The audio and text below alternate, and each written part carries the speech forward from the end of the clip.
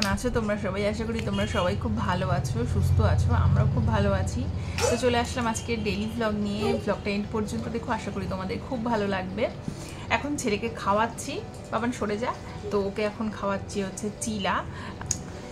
এই চিলাটা বানিয়েছি হচ্ছে মুগ ডাল দিয়ে, যেটা কিনা কাঁচা মুগ ডাল, সবুজ, যেটার উপরে খোসাটা ছাড়ানো থাকে না, সবুজ মুগ ডাল, বা যেটা দিয়ে তড়কা বানানো হয় সেই ডালটা দিয়ে স্প্রাউট করে, সেটাকে স্প্রাউট করার পর ওটাকে কিভাবে বানিয়েছি সেটা তোমাদের সাথে পুরোটা শেয়ার করব। তো তোমরা ভিডিওটা স্কিপ না করে দেখতে থাকো। চলো, তো তোমরা দেখতেই পাচ্ছ আমি এখানে কাঁচা মুগ ডাল ভেজানো, যেটা স্প্রাউট হয়ে গেছে, সেটা নিয়ে নিয়েছি 1 কাপ। তার মধ্যে দিয়ে দিচ্ছি বেশ কিছুটা কারি পাতা, তারপর দিয়ে দিলাম আদা, এবার দিয়ে দিচ্ছি কাঁচা লঙ্কা, ঝালটা তোমরা তোমাদের ইচ্ছে খুশি মতো কম বেশি করতে পারো। এবার দিয়ে দিলাম রসুন বেশ কয়েক কোয়া, আর দিয়ে দিচ্ছি জল, তারপর দিয়ে দিচ্ছি স্বাদ অনুযায়ী নুন। ব্যাস, আর কিচ্ছু এর মধ্যে দেওয়ার কিন্তু প্রয়োজন নেই। তোমরা চাইলে কিছু ভেজিস অ্যাড করতে পারো, যেমন ক্যাপসিকাম, গাজর, পেঁয়াজ এসব দিতে পারো কুচিয়ে ছোট ছোট করে, সেটাও কিন্তু খারাপ লাগবে না, ভালোই লাগবে। এবার একটা ফ্রাইং প্যানে খুবই সামান্য তেল দিয়েছি, অলিভ অয়েল দিয়েছি এখানে, তারপর ভালো করে ছড়িয়ে দেব পুরো মিশ্রণটাকে।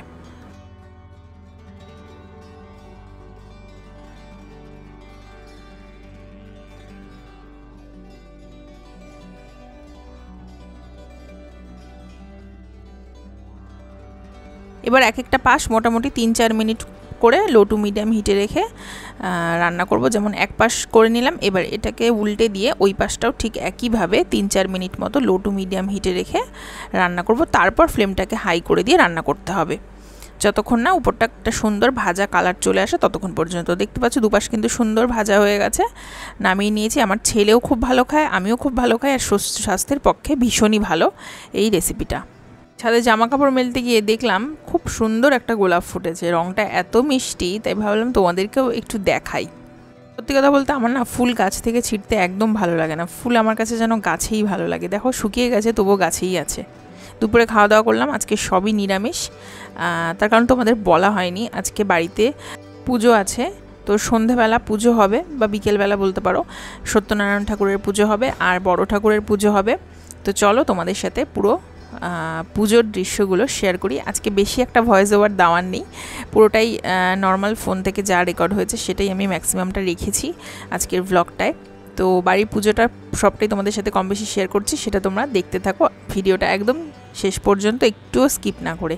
মা এখন সত্যনারায়ণ ঠাকুর পুজো হবে, তো সেখানে সমস্ত রেডি করছে, ঠাকুরকে ফল টলগুলো দিচ্ছে, 5 রকম ফল, আরও টুকটাক যা যা দিতে হয় সমস্ত কিছু দিচ্ছে, সাজিয়ে টাজিয়ে দিচ্ছে। আর আমার বোনও কিন্তু বেশ এক্সপার্ট, মানে আমার বড় বোন, ও না ভীষণ পুজো আর্চা করতে খুব ভালোবাসে, ঠাকুরকে সাজিয়ে গুছিয়ে পুজো দিতে, ভোগ নিবেদন করতে ভীষণ, মানে ও ভালোবাসে এই জিনিসগুলো। তো মায়ের সাথে সাথে ও হেল্প করছিল, ও কাজ করেছে অনেক, আমি যদিও করিনি, আমি ছেলেকে নিয়ে ব্যস্ত ছিলাম। আর এই দেখো, এই হচ্ছে বড় বোন, তোমরা ওকে চেনো। আসলে মন থেকে না আসলে না কোনো কিছুই হয় না, ওর মন থেকে জিনিসগুলো ভীষণ ওকে টানে, খুব ভালোবাসে। তো ওই জন্য ও ঠাকুর সাজাতে, আলপনা দিতে এগুলো খুব পছন্দ করে, করেও থাকে। আজকের ভ্লগটায় বলতে পারো ম্যাক্সিমাম শট আমার বোনই শ্যুট করেছে।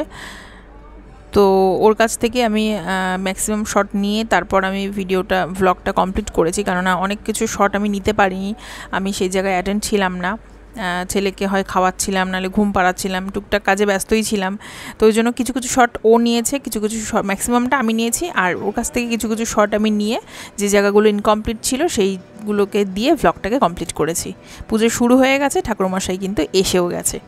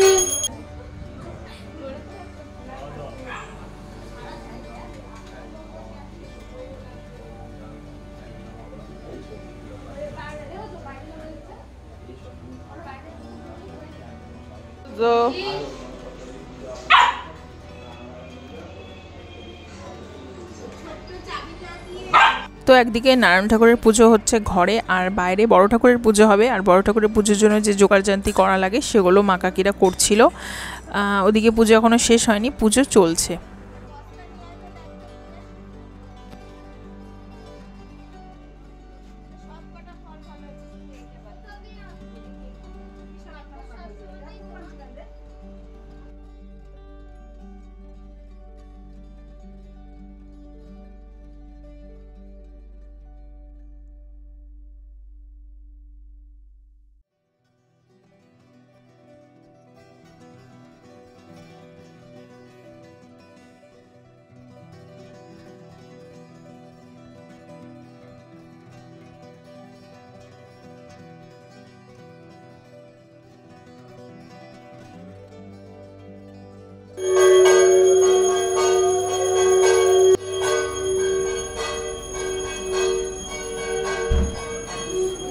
এই যে এ ফ্যান অফ কর এই যে নে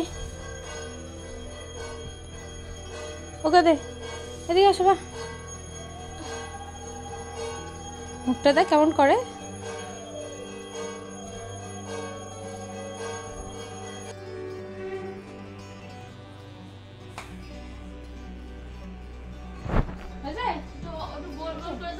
বলো ঠিক আছে। সত্যনারায়ণ ঠাকুরের পঞ্চপ্রদীপটা নিয়ে এসছে আমাদের সবাইকে দেওয়ার জন্য, আর আমরা নিলাম। আর এই সময় বাবানকে খাইয়েটাই দিয়েছি। এবার যাব বড় ঠাকুরের পুজোয়।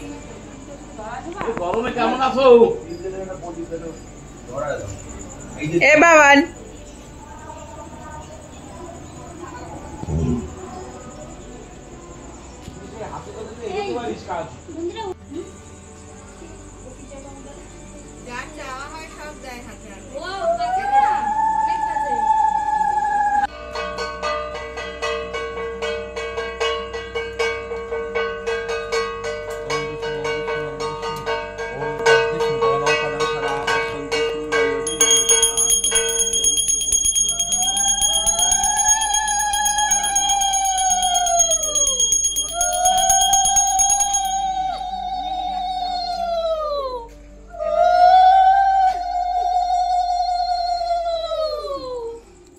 লজ্জা পেলে হবে?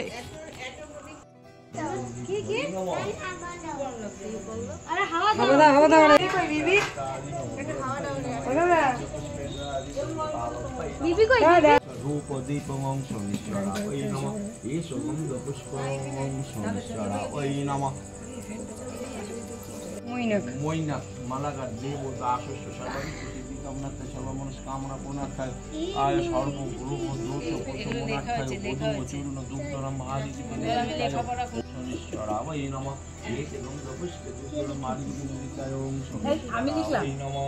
পেনটা তো আমি দিলাম।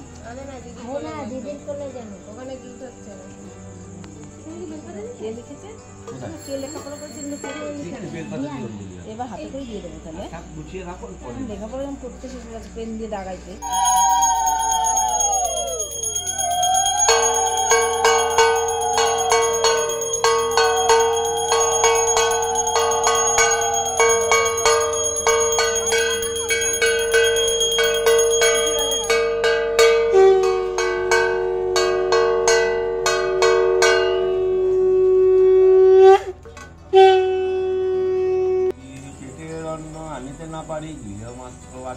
ব্রাহ্মণী ব্রাহ্মণ অন্নের অভাবে যাবে নিশ্চয় জীবন। আমার অবস্থা তুমি হইয়া বিদিত, ও যাতে দুঃখ যায় তার করহ বিহিত।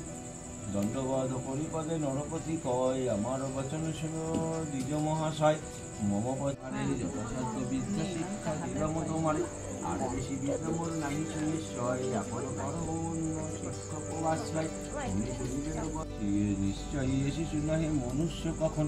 নতুবা দক্ষিণা দিবে বলে লও বর, দেবতা গন্ধর্ব কিংবা হইবে কিন্নর। এই লোকভাবে মনে দ্বিতীয়বার কয়, তুমি কি আগে মরে দাও পরিচয়। জানবো বর যাহা মনে চায়, এত শুনি শুনি দেবে বলে পুনরায়। শনিশ্চর নাম মম শুনো ব্রাহ্মণ, গোবিন্দম আমি বিদিত ভবান। ধন্যবাদ হয়ে তুমি দুজবার কয়। তো আমাদের পুজো কমপ্লিট হলো, এবার সিন্নি মাখা হবে আর সবাইকে প্রসাদ বিতরণ করা হবে। দেখো কাকিরা সিন্নি মাখতে বসেও পড়েছে। প্রথমে সত্যনারায়ণ ঠাকুরের সিন্নিটা মাখা হবে, তারপরে বড় ঠাকুরের। তো চলো ব্লগটা আজকের মতো এখানে শেষ করছি। আশা করি তোমাদের ভালো লেগেছে। ভালো লাগলে একটা লাইক করো আর সাবস্ক্রাইব করে পাশে থেকো। আজকের মতো টাটা। বুঝু বেটা বুঝু বেটা বুঝু বেটা